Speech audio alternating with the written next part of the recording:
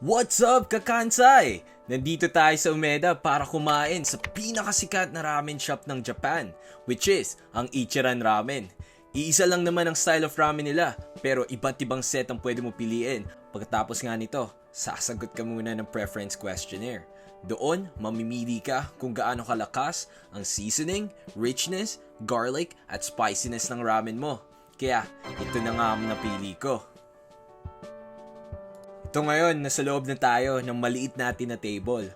Oo nga pala, huwag niyo kalimutan uminom ng tubig, lalo na mainit ang panahon at mainit din ang kakainin natin na ramen. Ito na nga ang napili namin na set.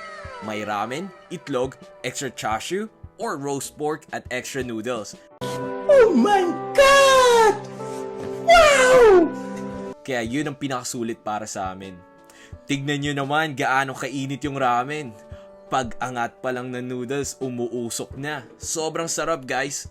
The soup's texture, hindi malabnaw at lalong hindi malapot.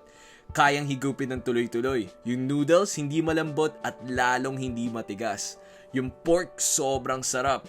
Kaya, need mo talaga guys ng extra noodles kasi mabibitin ka sa sobrang sarap. Kaya, hanggang sa muli, paalam!